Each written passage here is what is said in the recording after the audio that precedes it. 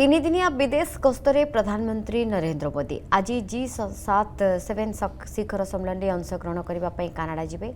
गतकाली Cyprus CEO forum को संबोधित कर प्रधानमंत्री नरेंद्र मोदी कहते गत एक दशंधि मध्य भारत विश्वर पंचम बृहत अर्थनीति हो पार निकट भविष्य में तृतीय बृहत अर्थनीति होगा दिगरे द्रुत गति आगक बढ़ुଛି। से कहते 6 दशंधि पर एपरी घटी जे समान सरकार लगातार तृतीय थर पर निर्वाचित होती। 10 वर्ष मध्य एक डिजिटाल विप्लव होती। आज विश्वर 50% डिजिटाल कारबार भारत में यूपीआई माध्यम होती। फ्रांस भली अनेक देश यह सहित जड़ित। एथिरे साइप्रस को सामिल करने आलोचना चली और स्वागत करुछे। आमे भारत में भविष्य भित्तिभूमि विकास रे वार्षिक $100 बिलियन अधिक निवेश करछु। ए वर्ष रे बजेट रे आमे उत्पादन मिशन आरंभ करछु। आम फोकस रखिछु सामुद्रिक बंदर विकास दिगरे। आमे जहाज निर्माण बंदर उपरे मध्य प्राथमिकता देउछु। बेसामरिक विमान चलाचल क्षेत्र मध्य द्रुत गति रे आगक बढ़ुछि। नवसृजन भारतर आर्थिक शक्तिर एक दृढ़ स्तंभ पलटिछि। साइप्रस स्टॉक एक्सचेंज और एनएससी नेशनल स्टॉक एक्सचेंज मो राज्य गुजरात गिफ्ट सिटी रे सहयोग में सहमत होइतिबा जानि खुशी व्यक्त करछन्ते एवं भारत को निमंत्रण करछन्ते। फ्रेंड्स, साइप्रस लंबे समय से हमारा विश्वसनीय पार्टनर रहा है, जिसका आप लोगों ने भी उल्लेख किया। और भारत में यहां से उल्लेखनीय निवेश भी हुआ है।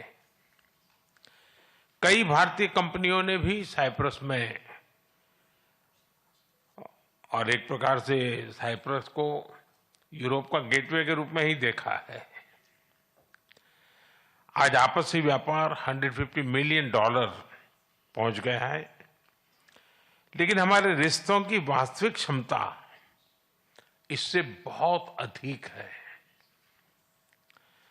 आप में से अधिकतर लोग भारत से जुड़े हुए हैं और पिछले 11 वर्षों में भारत की ग्रोथ स्टोरी को भी देखा है। पिछले एक दशक में भारत विश्व की 5वीं सबसे बड़ी इकोनॉमी बना और बहुत निकट भविष्य में हम दुनिया की तीसरी इकोनॉमी बनने की दिशा में बहुत तेज गति से आगे बढ़ रहे हैं। आज विश्व में भारत बहुत तेजी से ग्रो करने वाला एक इमर्जिंग इकोनॉमी में इसका स्थान है। साथियों, आप भली भांति जानते हैं हमने टैक्स रिफॉर्म्स किए हैं। जीएसटी के साथ वन नेशन वन टैक्स प्रणाली लाई गई है। कॉर्पोरेट टैक्स रेशनलाइज किया गया है। हजारों की संख्या में कानूनों में डीक्रिमिनलाइजेशन करने का काम हमने किया है।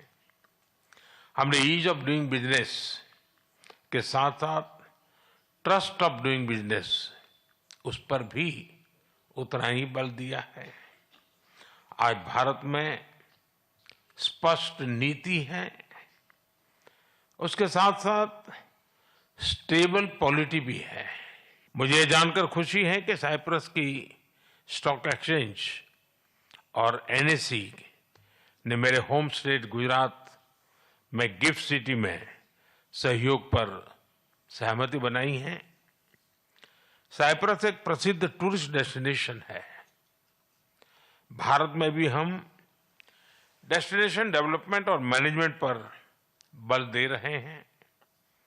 हमारे टूर ऑपरेटर्स के बीच नजदीकी सहयोग विन विन हो सकता है। ऐसे कई और क्षेत्र हैं जिनमें आपसी सहयोग के लिए बहुत ही पोटेंशियल है।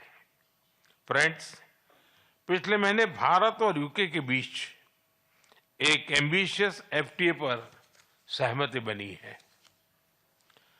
अब हम भारत और यूके के बीच फ्री ट्रेड एग्रीमेंट को इस साल के अंत तक संपन्न करने के लिए प्रतिबद्ध है। इसकी नेगोशिएशन में गति आई है। इसका लाभ आप सब साथियों को अवश्य मिलेगा। मैं भारत, साइप्रस और ग्रीस बिजनेस और इन्वेस्टमेंट काउंसिल की स्थापना का स्वागत करता हूं। यह एक बहुत अच्छा इनिशिएटिव है और आर्थिक सहयोग का महत्वपूर्ण प्लेटफॉर्म बन सकता है। यूनिफाइड पेमेंट्स इंटरफेस यानी यूपीआई के माध्यम से आज विश्व का 50% डिजिटल ट्रांजैक्शन भारत में होता है। फ्रांस जैसे कई देश इससे जुड़े हैं। साइप्रस को भी इससे जुड़ने के लिए बात चल रही है और मैं इसका स्वागत करता हूं। भारत में फ्यूचरिस्टिक इंफ्रास्ट्रक्चर के विकास में हम $100 बिलियन से अधिक का सालाना निवेश कर रहे हैं। इस वर्ष के बजट में हमने मैन्युफैक्चरिंग मिशन की शुरुआत की है।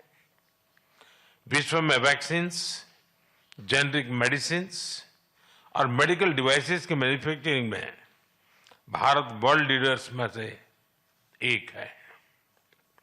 मैरीटाइम और पोर्ट डेवलपमेंट पर हमारा फोकस है। हम शिप बिल्डिंग और शिप ब्रेकिंग को भी प्राथमिकता दे रहे हैं। इसके लिए एक नई पॉलिसी भी लाई जा रही है। सिविल एविएशन सेक्टर में भी तेजी से ग्रो कर रहा है। भारतीय कंपनियों ने 1000 से ज्यादा एयरक्राफ्ट्स उसका नया ऑर्डर दिया है।